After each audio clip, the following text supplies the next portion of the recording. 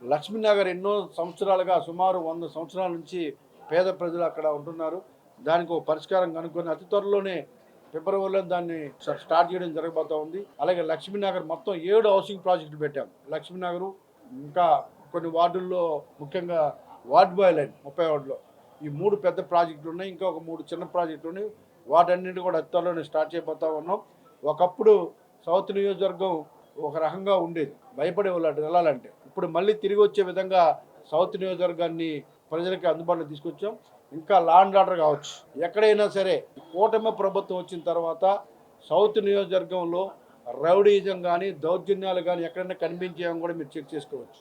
ఎక్కడైనా సరే చిన్న విషయం ఏదైనా ఎక్కడైనా దౌర్జన్యంతో కానీ జరిగినట్టుంటే మళ్ళీ అక్కడ ఉండకుండా వాళ్ళు చేసే విధంగా కూడా చర్యలు తీసుకున్నాం.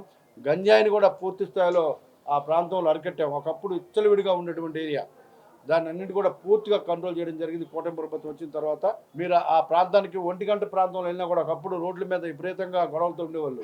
ఎక్కడైనా గొడవ చేయాలంటే పోసే విధంగా లా అండ్ ఆర్డర్ని కంట్రోల్లో పెట్టడం కూడా జరిగింది. మీరన్నింటినీ కూడా ఇప్పుడు పూర్ణ మార్కెట్ రోడ్డు మీద ఉన్నటువంటి సమస్యలు ఉండేవి, వాటిని కూడా పూర్తి స్థాయిలో చేయడం జరిగింది.